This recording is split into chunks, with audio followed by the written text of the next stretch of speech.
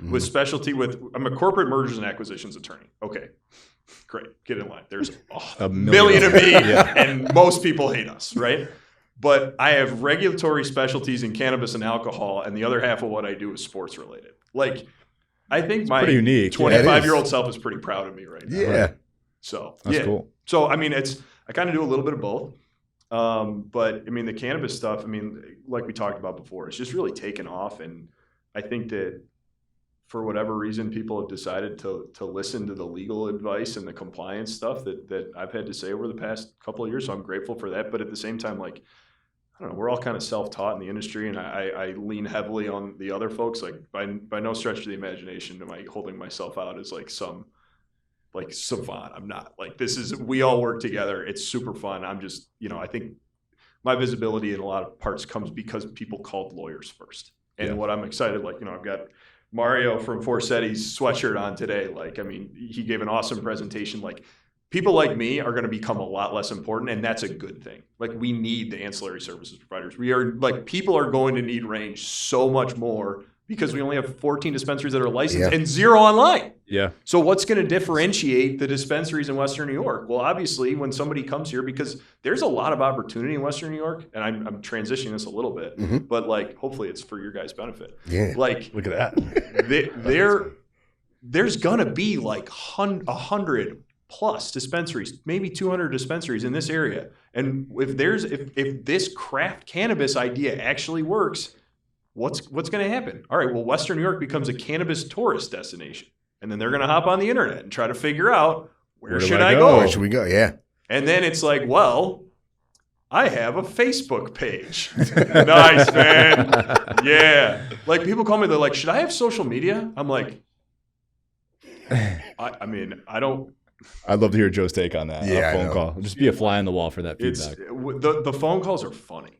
Like, some of them are great, and people are like, hi, I have a real question because I've read the regulations. And some people are like,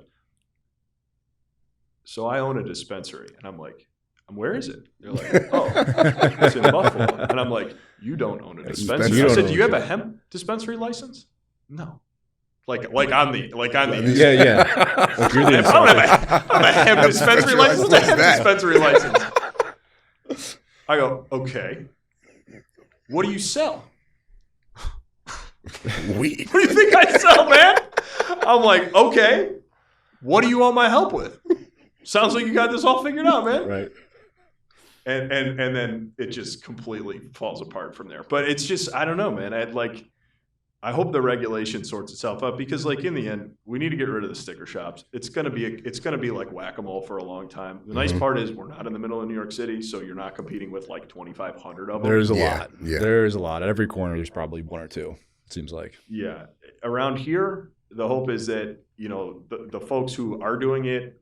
Look, the penalties are humongous now. It's like $10,000 a day. They can fine you, and the issue that these guys don't realize, the tax side of things. Can that be 10,000 in the rears too? Like, from the day you're caught, all the time you've been open, so you're actually kind of at risk.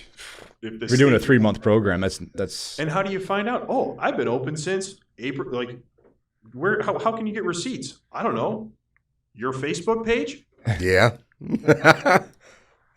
It's kind of the first place to start. Yeah, it really is. I mean, and scary they know. For them. The state. I mean, when the state focuses in on you, when they come, they want your money. Oh yeah. And the problem is, especially New York, they're going to get it, and they're going to get it because they got to finance these build-outs, and they got to finance the social equity program. Yep.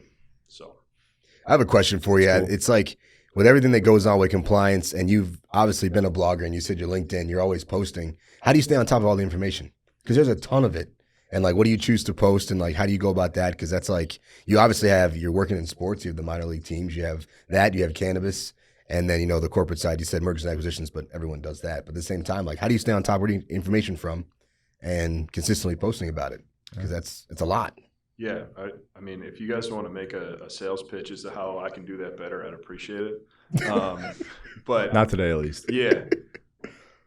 Honestly, LinkedIn is a really good tool for me because, and I think I learn more about the national cannabis industry on LinkedIn than I do anywhere else. Yeah, like, for sure. That's where I feel like I can actually I don't know. I'm a New York specialist right now, and I would like to expand that. I guess to answer your question from before, like I think that our adjacent states, Pennsylvania, Ohio, Jersey, like we do a little bit of work in Jersey, which is fun. We have a little bit of stuff in Connecticut. My family's from Vermont, so they're kind of coming online.